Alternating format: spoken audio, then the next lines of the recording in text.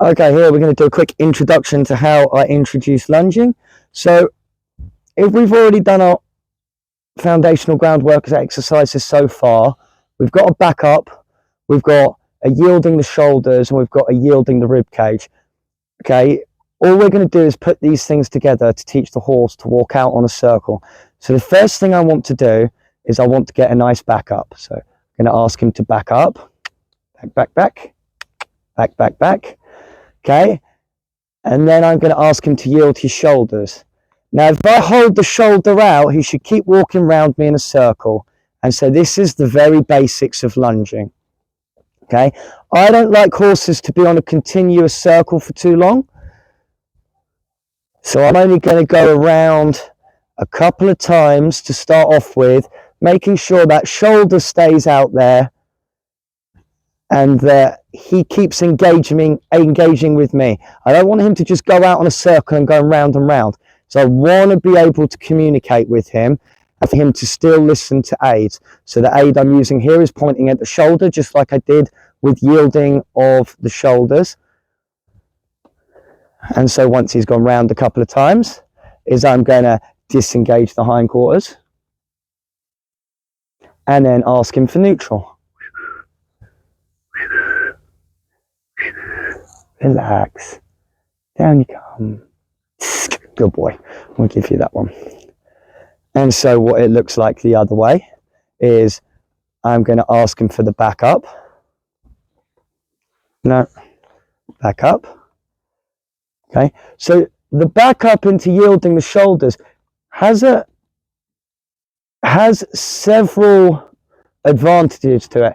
You're asking the horse to rock onto its back legs, lift its back, lift through the thoracic sling, and cross over its front legs so it can move its shoulders.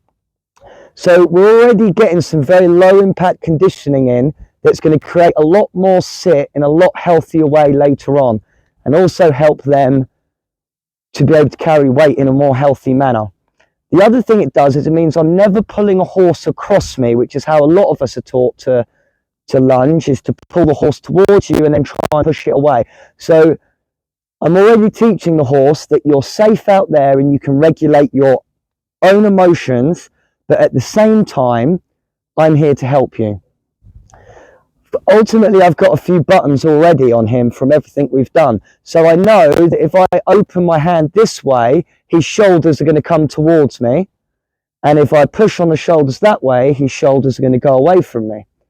So we've already got those two aids, and therefore lunging again is not about going round and round in circles. It's about them engaging with me. Okay, so then if I stop the outside shoulder by bringing it towards me and then yield the rib cage, so now I'm getting lateral flexion. And if I keep asking for lateral flexion and release every time I do, what will happen is slowly the horse will get longer and lower as that inside hind leg comes under him a bit more. He pushes over the pelvis through the back and lifts through the thoracic sling.